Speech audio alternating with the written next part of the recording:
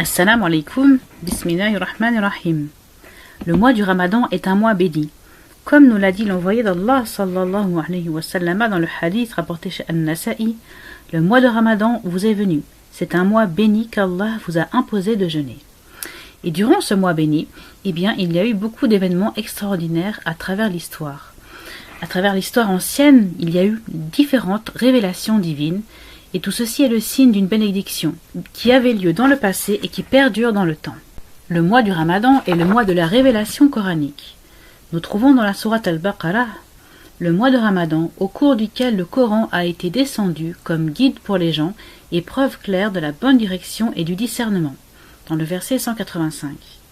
Et dans la sourate Al-Qadr, et certes nous l'avons descendu, ici faisons référence au Coran, durant la nuit de grandeur. Al-Qurtubi a dit dans son tafsir au sujet de ce verset: il n'y a pas de divergence que le Coran a été descendu depuis la tablette préservée, Lawh al-Mahfouz, durant la nuit de Laylatul Qadr en une seule fois.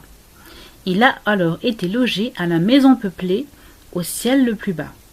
Puis Jibril le descendit petit à petit avec les commandements et les interdictions survenant avec différentes situations durant les événements des 23 années qui s'en suivirent.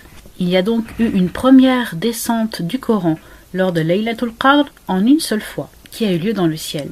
Et puis, la révélation coranique qui commença pour le prophète Mohammed sallallahu alayhi wa sallam, la première fois qu'il rencontra l'ange Jibril avec les premiers versets révélés, eut lieu lors du 17 Ramadan en l'an 13 avant l'Hégire. Le Coran a donc une forme de double lien avec le mois du Ramadan. Et, d'après un hadith, il en est de même pour les révélations des livres sacrés antérieurs. Un hadith dont je n'ai pas l'authenticité mais résume cela.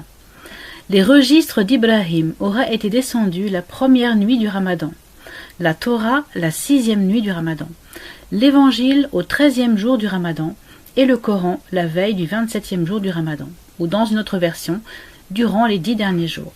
En tout cas, charge à nous de renouveler notre foi intensément durant ce mois de Ramadan, comme Allah subhanahu wa ta'ala a pu renouveler la foi de toute l'humanité par l'envoi des prophètes passés durant ce mois sacré avec les différents livres révélés.